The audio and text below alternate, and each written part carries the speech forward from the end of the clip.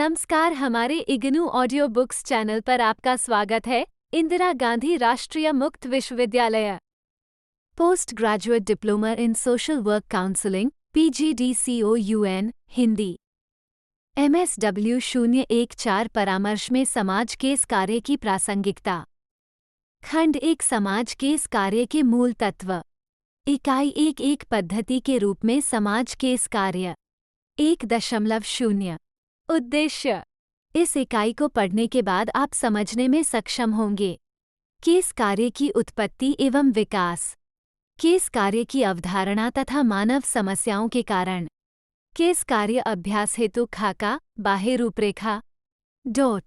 परामर्श पर एक विहंगम दृष्टि, केस कार्य तथा परामर्श में समानताएं और केस कार्य तथा परामर्श में भिन्नताएं। 1.1 प्रस्तावना।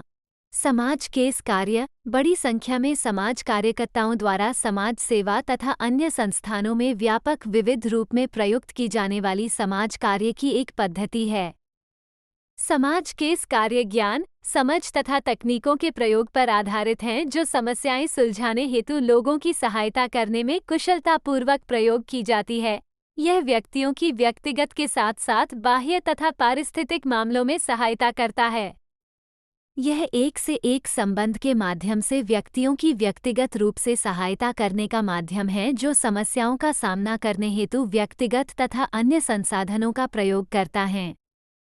परामर्श जो कि एक सहायता करने वाला सहायक संबंध भी है। एक सहायक संबंध स्थापित करके व्यक्तियों की समस्याएं कम करता है। केस कार्य का अभ्यास उन व्यक्तियों की सहायता करने हेतु मानवीय प्रयास पर आधारित हैं जिन्हें दैनिक जीवन में समस्याओं का सामना करने में कठिनाई है। इस उपक्रम में समाज केस कार्यकर्ताओं द्वारा परामर्श को सहायता करने की तकनीकों में से एक के रूप में प्रयोग किया जाता है।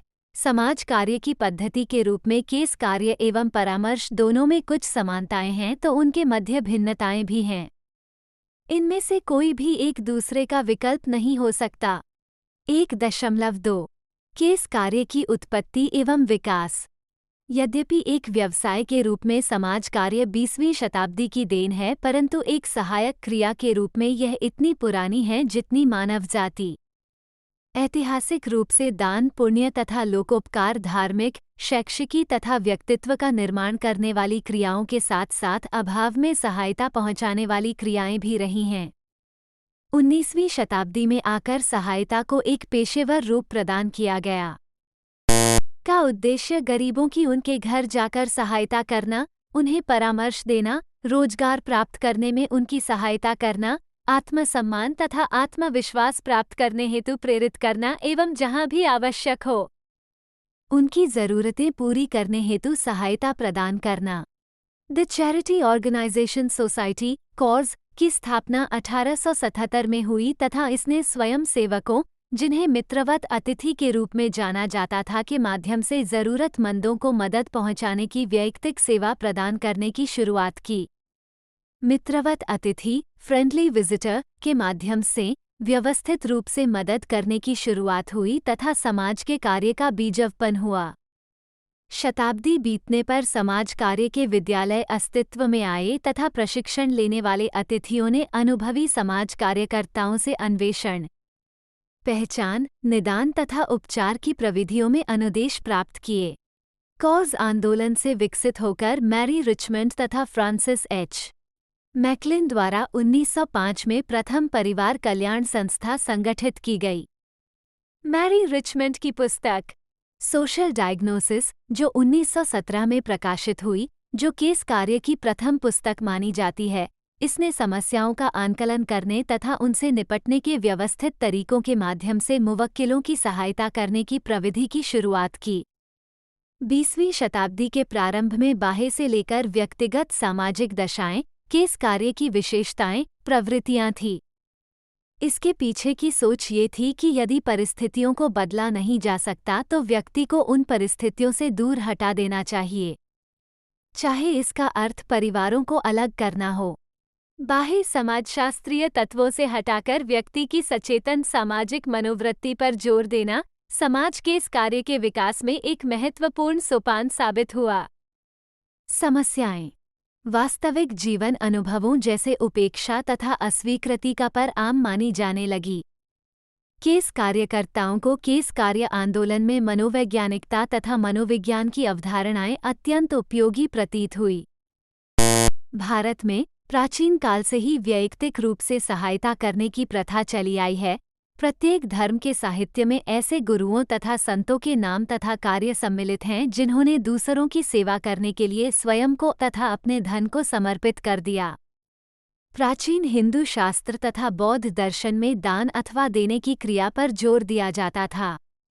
गौतम बुद्ध की कहानियां उनकी दयालुता तथा व्यक्ति की उनकी समझ का स्मरण कराती हैं, जिन्होंने एक गणिका तथा एक हत्यारों का हृदय परिवर्तन कर दिया था। युगों से समाज सेवा एक सहायता करने वाली क्रिया के रूप में भारतवर्ष में एक अथवा दूसरे रूप में अस्तित्व में रही हैं।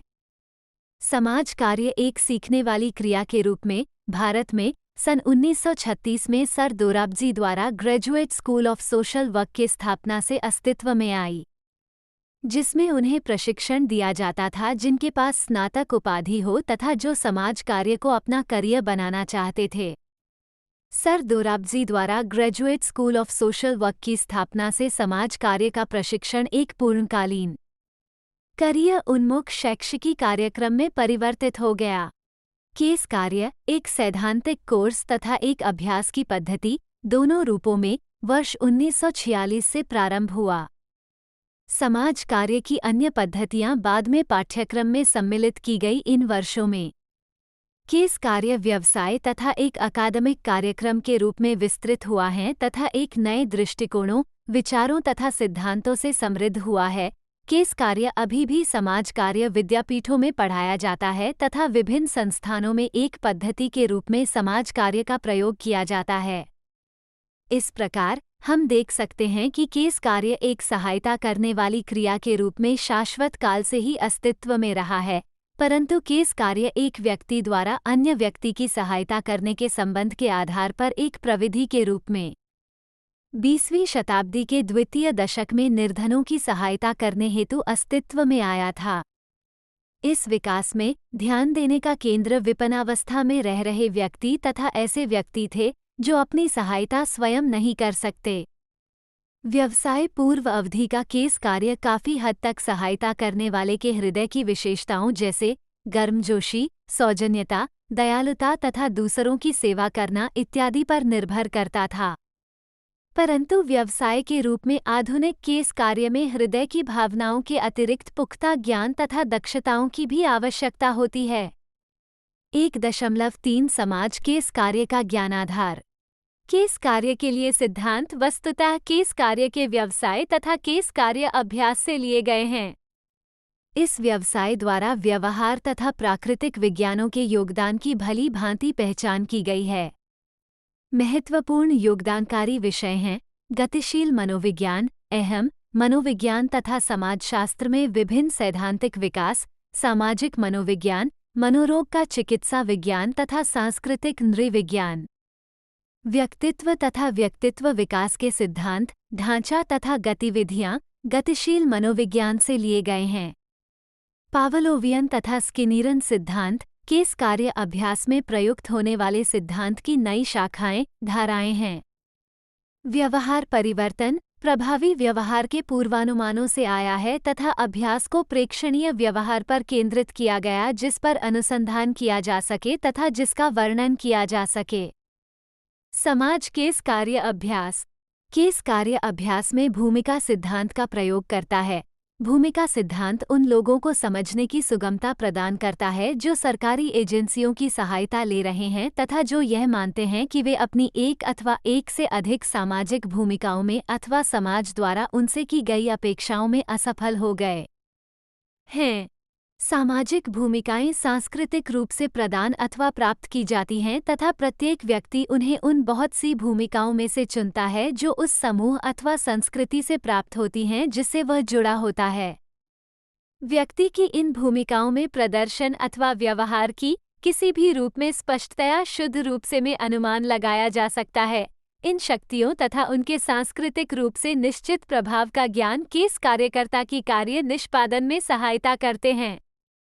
अधिगम सिद्धांत वयस्क समाजीकरण, लघु समूह तथा अनुभूति सिद्धांत, प्रणाली सिद्धांत तथा जीवविज्ञान तथा एंडोक्रिनोलॉजी, जीवविज्ञान की वह शाखा जो अंतःस्रावी ग्रंथियों के रिसाव से संबंधित हैं, में होने वाली खोजें तथा ज्ञान की अन्य शाखाएं हैं, जो समाज के इस कार्य अभ्यास में प्रयोग करने हेतु तथा कार्य निष्पादन के सैद्धांतिक आधार को व्यापक करने हेतु अपनाई गई हैं। यद्यपि समाज कार्य मनोविज्ञान, समाजशास्त्र तथा जैववैज्ञानिक विज्ञानों से ज्ञान उधार लेता है, परंतु यह व्यवसाय इन योगदानों को समाज कार्य अभ्यास सिद्धांत हेतु और अधिक उपयोगी बनाने हेतु क्रमबद्ध करता है, व्यवस्थित करता है तथा उनके प्रभावों को निश्चित करता है। सिद्धांतों के संगठन तथा अनुकूलन हेतु समाज कार्य में इनका योगदान समाज काय के सिद्धांत निर्माण में मुख्य तत्वों का एक आयाम भर हैं। 1.4 समाज के इस कार्य की अवधारणा। मैरी रिचमंड ने व्यवस्थित समाज के इस कार्य की शुरुआत की। वह कहती हैं कि समाज के इस कार्य उन प्रक्रियाओं जो एक व्यक्ति द्वारा दूसरे व्यक्ति को अथवा मनुष्य तथा उनके सामाजिक वातावरण के मध्य जानबूझकर प्रभावित किए गए सामंजस्य से बना है। 1915 में उन्होंने कहा कि समाज के इस कार्य विभिन्न व्यक्तियों द्वारा विभिन्न व्यक्तियों की उनके अपने तथा समाज की बेहतरी हेतु सहयोग करके विभिन्न चीजें करने की कला है। पुनः 1922 में उन्होंने बताया कि समाज के इस कार्य उचित सामाजिक वातावरण सामंजस्य हेतु व्यक्ति के व्यक्तित्व में परिवर्तन के लिए हैं। हैमिल्टन ने 1956 में परिभाषित किया कि समाज के इस कार्य में मुवक्किल को अपनी स्थिति का अध्ययन करने में भागीदारी करने, योजना बनाने, उसके अपने संसाधनों तथा जो भी समुदाय संसाधन उपलब्ध हैं तथा उचित हैं।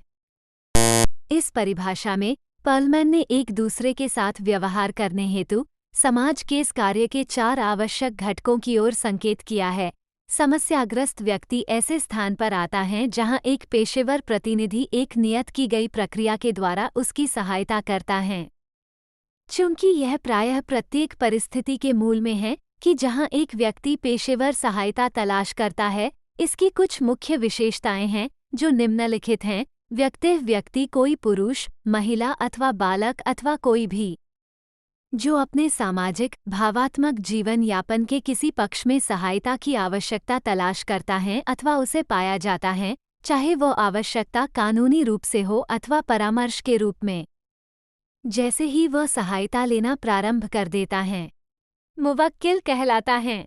समस्या किसी आवश्यकता अथवा बाधा अथवा कुंठाओं अथवा असामंजस्यों का एकत्र हो जाना, एवं कभी ये सब एक साथ भी होते हैं जो व्यक्ति की जीवन यापन परिस्थिति की उपयुक्तता अथवा उनसे निपटने के उसके प्रयासों की प्रभाव क्षमता हेतु एक धमकी हो अथवा उन्होंने पहले ही उस पर आक्रमण कर दिया हो। एजेंसी का यह उद्देश्य तथा गतिविधियां केस कार्यकर्ता के वैयक्तिक तथा पेशेवर प्रदर्शन में अस्तित्व में आते हैं। प्रक्रिया जिसका नाम समाज केस कार्य है, पेशेवर सहायताकर्ता तथा मुवक्किल के मध्य क्रमांगत अतरण के व्यक्तिक पक्ष को प्रदर्शित करता है। यह एक अर्थपूर्ण संबंध में समस्या समाधान क्रियाओं की एक श्रेणी से बनती है। मुवक्किल अपनी समस्या का सामना करने अथवा इस सुलझाने अथवा इसके प्रभावों को कम करने की प्रभाव क्षमता का विकास करता है। इन वर्षों में मैरी रिचमंड के शुरुआती कार्य के समय से यह स्पष्ट हो गया है कि समाज के इस कार्य संबंध स्थापित करने के माध्यम से व्यक्तियों की सामाजिक कार्यप्रणाली की समस्याओं से उबरने में सहायता करने की पद्धति है। 1.5 मानव समस्याओं के कारण। सामाजिक कार्यप्रणाली की समस्याएं व्यक्तियों के लिए संकट उत्पन्न कर देती हैं तथा उन्हें उनसे निपटने के लिए सहायता की आवश्यकता पड़ती है। यह महत्वपूर्ण है कि ये व्यक्ति जनसंख्या का कोई समूह नहीं है, वरन अद्वितीय व्यक्ति हैं। व्यक्ति अपनी जीवनचर्या की समस्याओं हेतु समाज कार्य की सहायता खोजते हैं क्योंकि उनकी अपनी सामान्य सामना करने वाली पद्धतियां उन विशिष्ट समस्याओं से निपटने में कारगर सिद्ध नहीं होती। कतिपय ऐसे कारण हैं जिनके कारण समस्या निवारण के उपाय कारगर नहीं हो पाते। केस कार्यकर्ताओं की सेवाओं के द्वारा आर्थिक सहायता प्राप्त कर सकता है। उदाहरण के लिए, एक सरकारी अस्पताल में निर्धन रोगियों को अस्पताल के समाज कार्य विभाग के माध्यम से दवाइयां खरीदने के लिए आर्थिक सहायता प्राप्त करना संभव है। स्थितियों तथा संबंधों के बारे में गलतफहमियां। स्थितियों, परिस्थितियों के प्रति गलत अवधारणाएं व्यक्तियों को प्रभावी रूप में समस्या सुलझाने से रोकती हैं। कभी कभी विद्यमान सेवाओं तथा संसाधनों के प्रति अनभिज्ञता से कार्य में देरी होती है। अतः आवश्यक जानकारी प्राप्त करने हेतु तथा विकृत अवधारणाओं को सुधारने के लिए सहायता की आवश्यकता होती है। बीमारी अथवा स्वास्थ्य संबंधी अक्षमताएं विभिन्न प्रकार की शारीरिक अथवा मानसिक दुर्बलता तथा स्वास्थ्य संबंधी अक्षमताएं व्यक्ति को कठिनाइयों के समक्ष असहाय अथवा अतार्किक बना देती है। उदाहरणार्थ, यदि परिवार के मुखिया को गंभीर बीमारी हो जाती है, तब पत्नी पर अतिरिक्त बोझ आ सकता है तथा वो समस्याओं का सामना कर सकती हैं जिसके लिए उसे सहायता की आवश्यकता पड़ती है। रोगी तथा परिवार के सदस्यों को मुखिया की बीमारी को स्वीकार करने तथा वर्तमान व भविष्य के लिए यथार्थवादी योजना बनाने हेतु सहायता की आवश्यकता पड़ती है। भावात्मक संकट कुछ परिस्थितियों में शक्तिशाली भावनाएं जागृत हो जाती है जिनके कारण किसी व्यक्ति के लिए समझदारी से कार्य करना मुश्किल हो जाता है। उदाहरण के लिए दंपत्ति में से किसी साथी की मृत्यु हो जाने से दूसरे साथी को सदमा पहुंच सकता है। ऐसी व्याकुल कर देने वाली भावात्मक परिस्थिति में व्यक्ति को विवेचन करने के लिए अपनी भावनाओं की स्वतंत्र अभिव्यक्ति हेतु किसी अन्य व्यक्ति की आवश्यकता होती है। व्यक्तित्व विशेषताएं, प्रवृत्तियां। कभी कभी व्यक्तित्व प्रवृत्तियां न केवल व्यक्ति के अपने लिए एवं दूसरों के लिए समस्यात्मक परिस्थितियां उत्पन्न करती है, वरन इनके कारण व्यक्ति जीवन की समस्याओं को सुलझाने में भी असमर्थ रहता है। इनमें व्यक्तित्व में गहनता से निहित अस्वास्थ्यकर मनोवृत्तियां तथा विश्वास सम्मिलित होते हैं जो मानव संबंधों में अनगिनत समस्याएं उत्पन्न कर सकते हैं। 1.6 अभ्यास हेतु सांचा, खाका। केस कार्य के अभ्यास की पृष्ठभूमि। कतिपय मनोवैज्ञानिक मूल्यों तथा पूर्वधारणाओं से निर्मित एक अवधारणात्मक खाका है। व्यक्ति के साथ समाज केस कार्य का अभ्यास करते समय उद्देश्य मूल्यों, संस्तुतियां, ज्ञान तथा पद्धतियां इसके मूल में होते हैं। ये निम्नलिखित हैं। उद्देश्य अभ्यास हेतु कारण होता है। फ्रीएडलैंडर 1991 के अनुसार केस कार्य अभ्यास का उद्देश्य एक व्यक्ति तथा उसके परिवार अथवा अन्य संबंधों के मध्य एक स्वस्थ संबंध को टूटने से बचाने अथवा रोकने अथवा सुझाने के लिए। योजक चिन्ह डॉट। व्यक्ति की आंतरिक समस्याओं को समझना तथा उनका निवारण करना। अहम शक्ति को सशक्त बनाना। सामाजिक कार्यप्रणाली में समस्याओं का निवारण करना। सामाजिक कार्यप्रणाली में समस्याओं पर नियंत्रण करना। सामाजिक कार्यप्रणाली में वृद्धि करने हेतु संसाधनों का विकास करना। मूल्य व्यक्ति की मनोवृत्तियों तथा दृष्टिकोण को निश्चित करते हैं। समाज कार्य व्यक्ति के निहित मूल्य तथा महत्व एवं व्यक्ति एवं समाज में परस्पर अंतर्निर्भरता को स्वीकार करता है। प्रजातांत्रिक परंपरा में प्रत्येक व्यक्ति तथा अन्य व्यक्तियों को शक्तियां प्रदान की जाती हैं। वे व्यक्तियों द्वारा ही बनाई जाती हैं। वे बदली अथवा पुनः नई की जा सकती, परंतु महत्वपूर्ण है कि व्यक्ति सजीव होता है तथा शक्तियों से सर्वोपरि होता है। व्यक्ति की अस्मिता का आदर करने तथा उसकी महत्वपूर्ण निर्णय करने की योग्यता के महत्व पर बल दिया जाता है। व्यक्ति के विषय में आधारभूत पूर्व मान्यताएं पेशेवर अभ्यास को प्रभावित करती हैं तथा ये दार्शनिक मूल्य तत्व निम्नलिखित है। एक व्यक्ति का मूल्य तथा महत्ता सर्वोपरि हैं। मनुष्य तथा समाज एक दूसरे पर अंतर्निर्भर हैं तथा एक रूप से जिम्मेदार हैं के प्रति सामाजिक। प्रत्येक व्यक्ति अनिवार्य रूप से भिन्न तथा अद्वितीय है, फिर भी प्रत्येक व्यक्ति की दूसरों की भांति सामान्य आवश्यकताएं होती हैं। एक प्रजातांत्रिक समाज में प्रत्येक व्यक्ति की संभावनाओं की पहचान की जाती है तथा यह माना जाता है कि वे समाज में सक्रिय रूप से भागीदारी करके सामाजिक जिम्मेदारी को स्वीकार करेंगे। जब एक व्यक्ति को काम करने में कठिनाई आती है तो ये समाज की जिम्मेदारी है कि वो लक्ष्य प्राप्ति की बाधाओं को दूर करें। ये मूल्य उन्मुखीकरण मानव अस्तित्व के वर्षों के दार्शनिक विचारों का परिणाम है तथा इन मूल्यों में विश्वास रखना एक आवश्यक अनिवार्यता है ताकि केस कार्य को प्रभावी बनाया जा सके। 1.7 समाज केस कार्य की प्रक्रिया। केस कार्य की प्रक्रिया विभिन्न सोपानों तथा क्रियाओं से बनी हैं। ये केस के सतत विकास का स्थिर आंदोलन है जिसमें विभिन्न गतिविधियां सम्मिलित हैं जो केस कार्यकर्ता अथवा मुवक्किल अथवा दोनों के द्वारा एक साथ की जाती हैं। अध्ययन, मूल्यांकन, अंतःक्षेप तथा समाप्ति केस कार्य प्रक्रिया के मुख्य सोपान हैं। अध्ययन समस्या के संबंध में मुवक्किल तथा परिस्थितियों का व्यवस्थित अध्ययन है। ये संबंध की शुरुआत को चिन्हित करता है जो संपूर्ण केस कार्य में एक महत्वपूर्ण सूत्र है। अध्ययन चरण में मुवक्किल उपचार आरंभ करने का निर्णय लेता है। यदि उसका निर्णय सेवा लेना नहीं भी है तब भी आरंभिक संपर्क सकारात्मक होना चाहिए। कार्यकर्ता का बर्ताव एक महत्वपूर्ण कारक है जो मुवक्किल के निर्णय को नियंत्रित करता है। कार्यकर्ता द्वारा मुवक्किल के मूल्य तथा महत्ता का आदर, उसका निर्णय करने का अधिकार, ये भाव, रुचि तथा संवेदना सहित संप्रेषित किए जाते हैं तथा समस्या के बारे में सुनकर मुवक्किल को यह विश्वास दिलाया जाता है कि मुवक्किल के मत का ही सर्वोपरि महत्व है। आंकड़े एकत्र करने तथा पूर्व इतिहास जानने से प्रासंगिकता पर एकाग्रता आती, इससे समस्या के सूत्र, समस्या के विषय में मुवक्किल का दृष्टिकोण तथा अतीत में समस्या से निपटने का किस प्रकार प्रयास किया गया, ये जानने में सहायता मिलती है। ऐसे आंकड़े मूल्यांकन उद्देश्यों तथा निदानात्मक लक्ष्यों के निर्णय हेतु उपयोगी होते हैं। आंकड़े एकत्र करना अंतिम नहीं होता, वरन यह एक साधन है जो यदि न्यायोचित ढंग से किया जाए तो आकलन के उद्देश्यों को पूरा करता है। आकलन प्रत्येक व्यक्ति एवं स्थिति की अद्वितीयता को पहचान कर निदान हेतु आधार प्रदान करता है। आकलन गतिशील होता है जो ग्रहण करने से प्रारंभ होता है तथा समाप्ति तक चलता है। यह मुवक्किल द्वारा समस्या बताए जाने से प्रारंभ होता है तथा इसका परिणाम समस्या को समझने में होता है। इसमें शुरुआती प्रभाव सम्मिलित किए जाते हैं जो जैसे जैसे केस आगे बढ़ता है अतिरिक्त जानकारी के आलोक में स्वीकृत, संशोधित अथवा अस्वीकृत तक किए जाते हैं।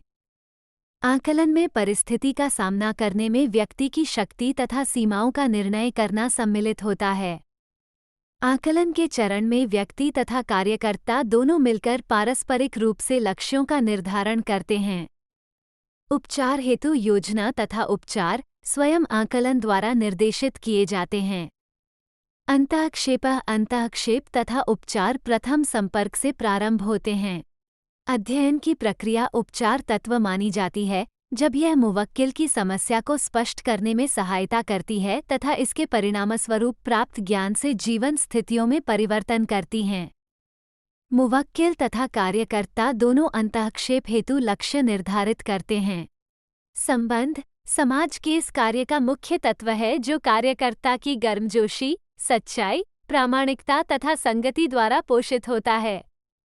अंतःक्षेप की दक्षताओं में साक्षात्कार लेना, रिकॉर्डिंग करना, अन्य एजेंसियों तथा सेवा प्रदाताओं के संदर्भ तथा व्यक्तिगत एवं अन्य संसाधनों का उपयोग करने में मुवक्किल को सहायता करना सम्मिलित है।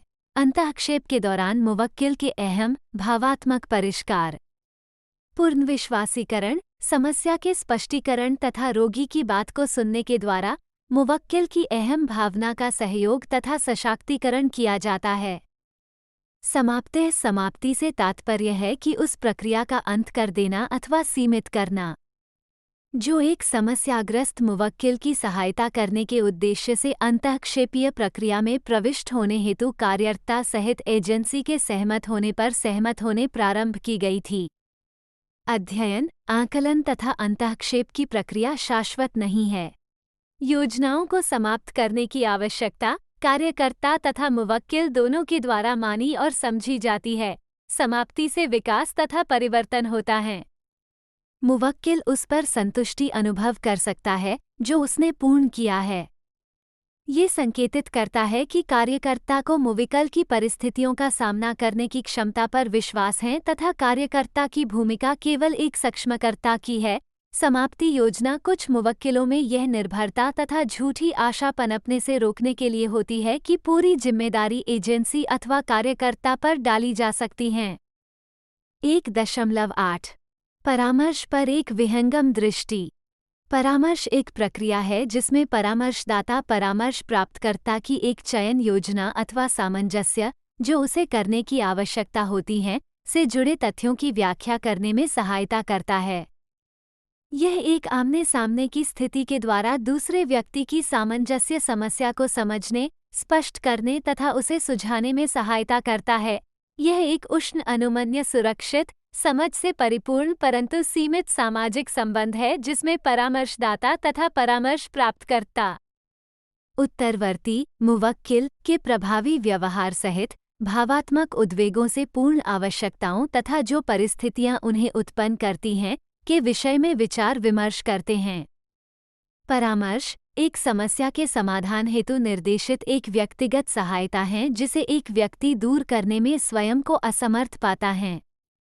अतः वह एक ऐसे दक्ष व्यक्ति की मदद लेना चाहता है जो जिसका ज्ञान, अनुभव तथा सामान्य उन्मुखीकरण समस्या को सुलझाने में मददगार हो सकते हैं। परामर्श एक परस्पर संवादात्मक प्रक्रिया है जिसमें परामर्श प्राप्तकर्ता, जिसे सहायता की आवश्यकता है, तथा परामर्शकर्ता, जो ये सहायता देने के लिए प्रशिक्षित तथा शिक्षित हैं, को एकत्रित किया जाता है।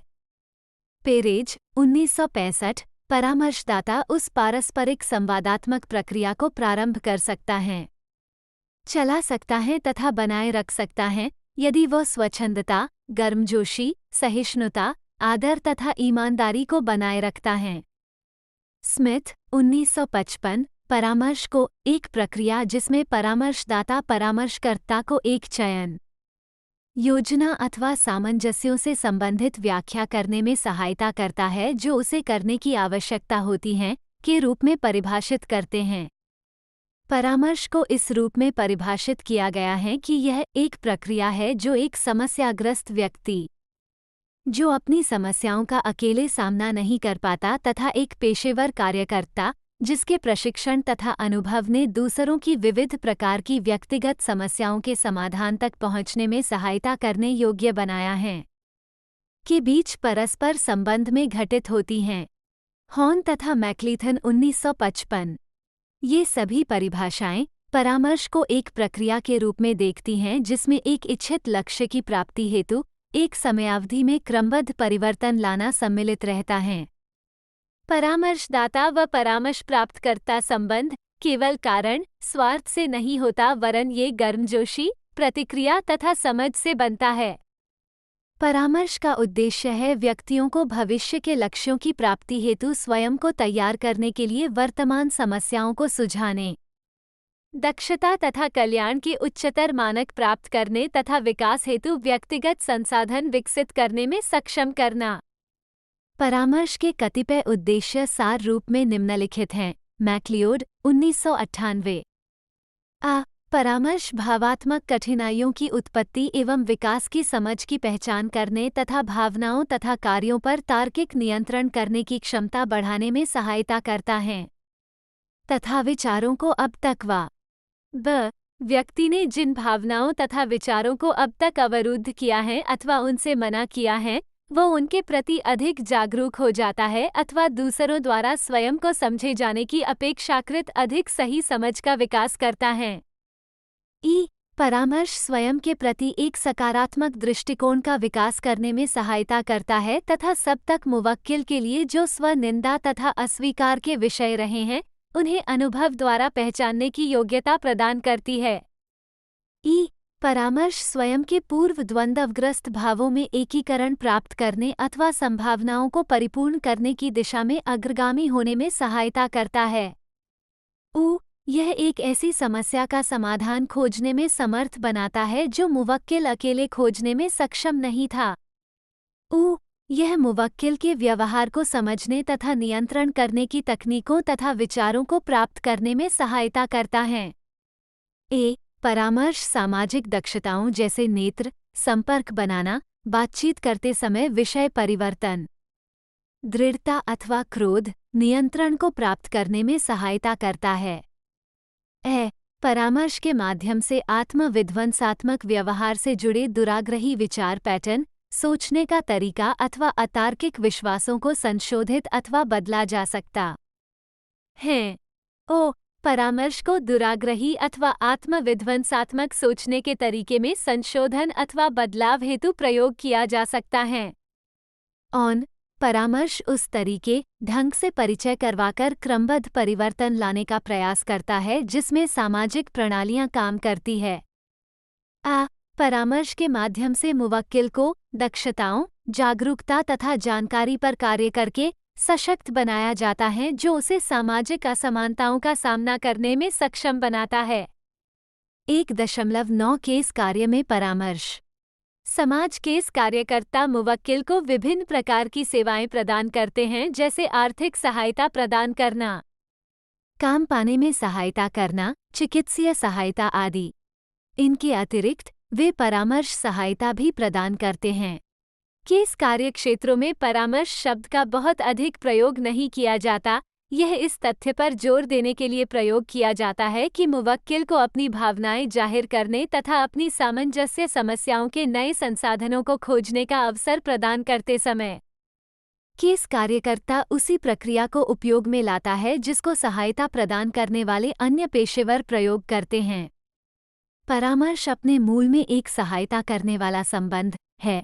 हम सभी अपनी व्यक्तिगत आवश्यकताएं पूरी करना चाहते हैं। आवश्यकताओं को पूरा करने का प्रयास करते समय व्यक्ति स्वयं को द्वंद्वमय परिस्थितियों में घिरा पाता है जिनमें उसके हित दूसरों के हितों से टकराते हैं। प्रायः इससे व्यक्तिगत अकुशलता तथा निम्नता का भाव उत्पन्न होता है, जिससे आत्मविश्वास में कमी, पीछे हटना तथा उद्देश्य प्राप्ति हेतु इच्छा की कमी जन्म लेती है। रॉजर्स के शब्दों में परामर्श एक स्वस्थ संबंध स्थापित करके इस पीड़ा से उबारता है। रॉजर्स के शब्दों में एक स्वस्थ संबंध वह है जिसमें एक प्रतिभागी की मंशा होती है कि एक अथवा दोनों पक्षों में और अधिक प्रशंसा और अधिक अभिव्यक्ति व्यक्ति के निहित आंतरिक गुणों का और अधिक क्रियात्मक उपयोग होना चाहिए। शैटरज़र तथा स्टोन 1968 ने बताया कि एक स्वस्थ संबंध में कुछ विशेषताएं होती है जो निम्नलिखित हैं। 1. अपनी व्यक्तिगत तथा घनिष्ठ प्रकृति के कारण यह अर्थवान होता है। 2. इसकी प्रकृति संबंध को क्षीण से सशक्त में बदलने में प्रभावकारी होता है। 3. इसमें सहायक तथा सहायता प्राप्तकर्ता की एकता सन्निहित होती है एवं यह स्वेच्छा से जारी रहता है। 4. इसमें परामर्शदाता तथा परामर्श प्राप्तकर्ता की मौखिक रूप से दी गई अथवा सांकेतिक पारस्परिक सहमति सम्मिलित होती है। 5. यह इसलिए घटित हो पाता है क्योंकि जरूरतमंद व्यक्ति अपनी सीमाओं तथा अकुशलताओं के प्रति जागरूक होता है। 6. इसमें सहायक में विश्वास बनाए रखना होता है। 7. ये प्रायः संप्रेषण तथा अंतःक्षेप के माध्यम से प्राप्त किया जाता है तथा बनाए रखा जा सकता है तथा उसमें लेन देन सम्मिलित होता है। यह एक पक्षीय प्रक्रिया नहीं है। 8. इसमें ढांचे की एक निश्चित मात्रा की आवश्यकता होती है। स्थिति को आंशिक रूप से अथवा पूर्ण तथा स्पष्ट किया जाता है। 9. यह मुवक्किल की अपनी वर्तमान दशा में परिवर्तन की इच्छा को दर्शाता है, अर्थात यह मुवक्किल की बेहतरी से संबंधित है। अधिकांश मानव संबंधों में सहायता का आदान प्रदान सम्मिलित होता है।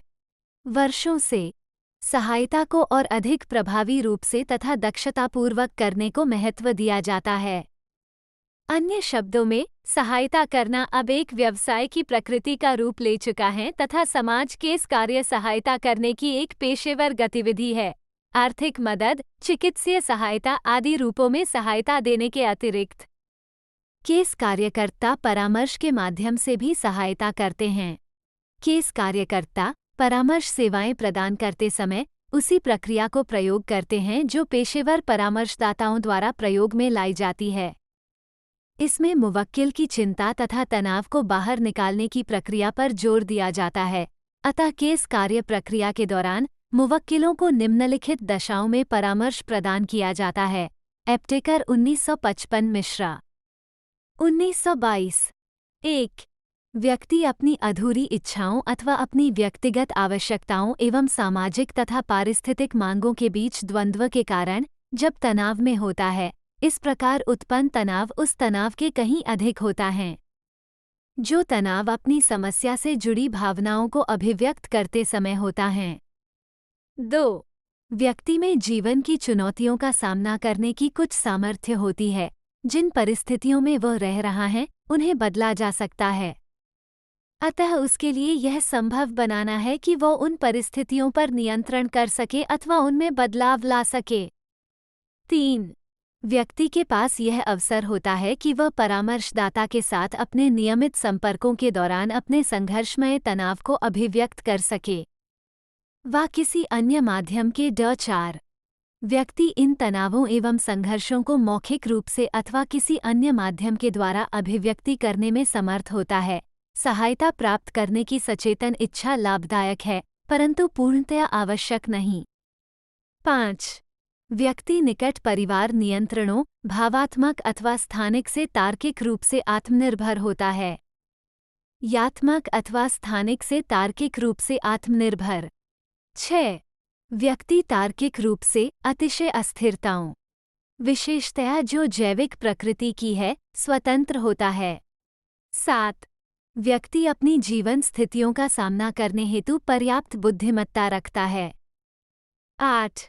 व्यक्ति जीवन का स्वतंत्र रूप से कुछ हद तक सामना करने के लिए पर्याप्त परिपक्व होता है तथा सामंजस्य हेतु कुछ लोचशीलता रखता है।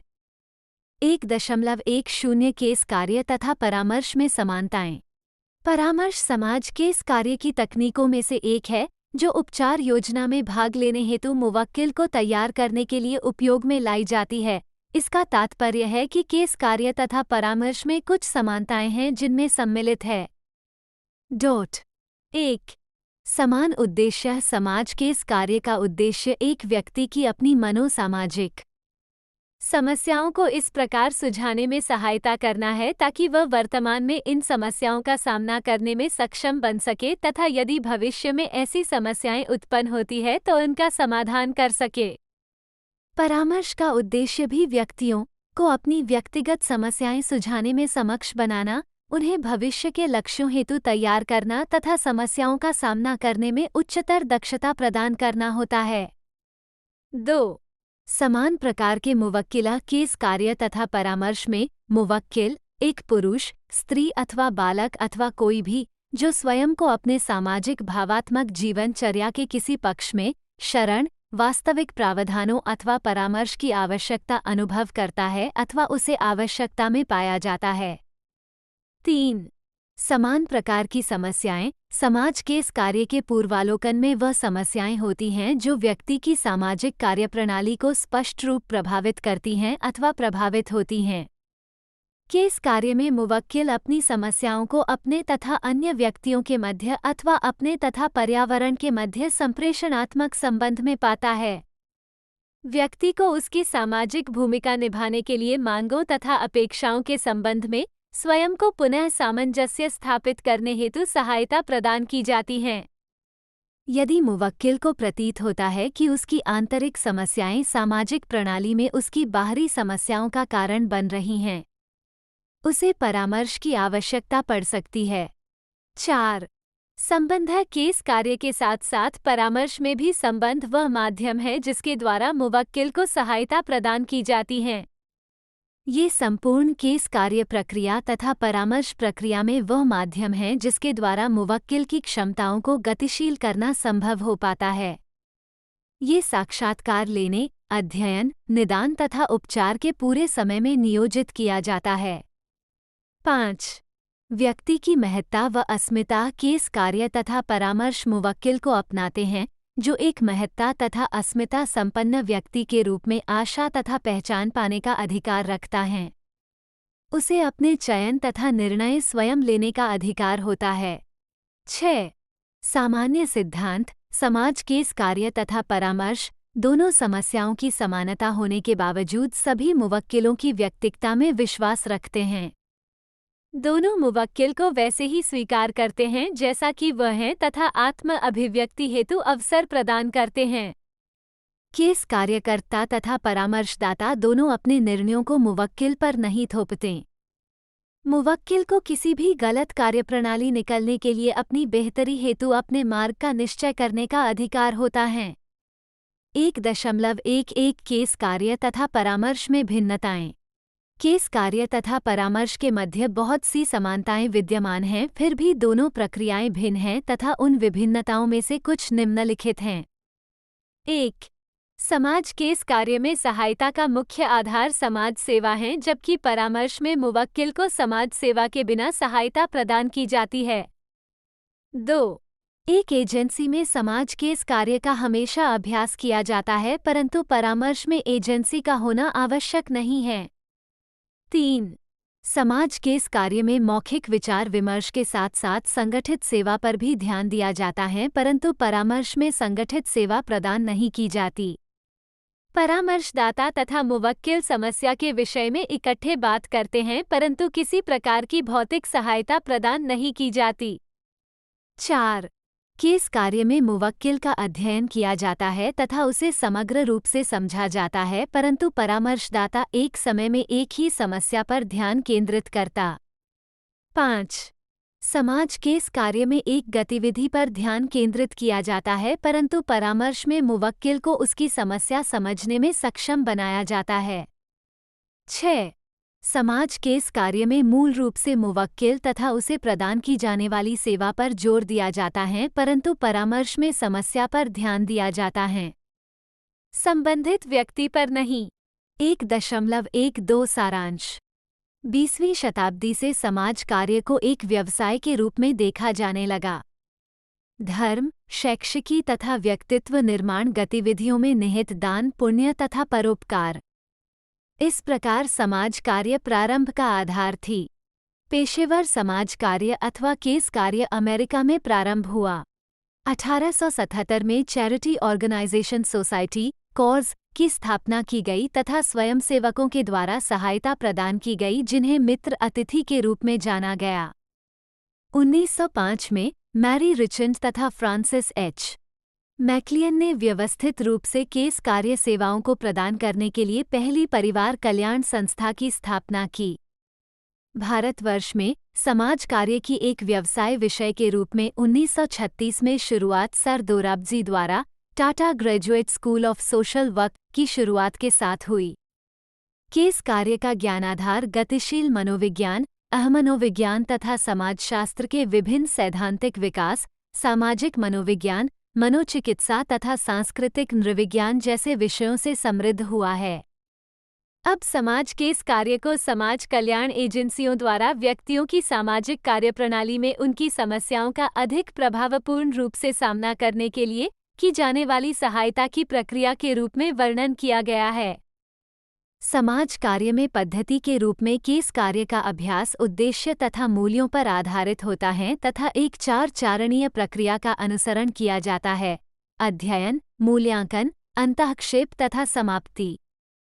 केस कार्य प्रक्रिया के मुख्य सोपान है। परामर्श एक सहायता करने वाला संबंध है। परामर्श का मुख्य उद्देश्य व्यक्तियों की आत्मपूर्ण, आत्मनिर्भर, आत्मनिर्देशित तथा एक बेहतर तथा अर्थवान जीवन की मांगों के अनुसार स्वयं को सक्षमतापूर्वक सामंजस्य स्थापित करने में सहायता करना है। अतः परामर्शदाता की सेवाएं प्रकृति में नियंत्रणकारी, विकासोन्मुखी तथा उपचारोन्मुख होती है। सामाजिक केस कार्य तथा परामर्श दोनों सहायता करने की पेशेवर गतिविधियां हैं।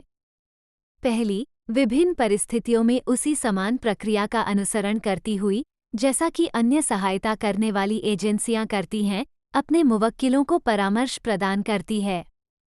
यद्यपि समाज कार्य तथा परामर्श के मध्य बहुत सारी समानताएं विद्यमान हैं, परंतु दोनों एक दूसरे से अलग है। धन्यवाद। मिलते हैं अगले वीडियो में अगले पाठ के साथ।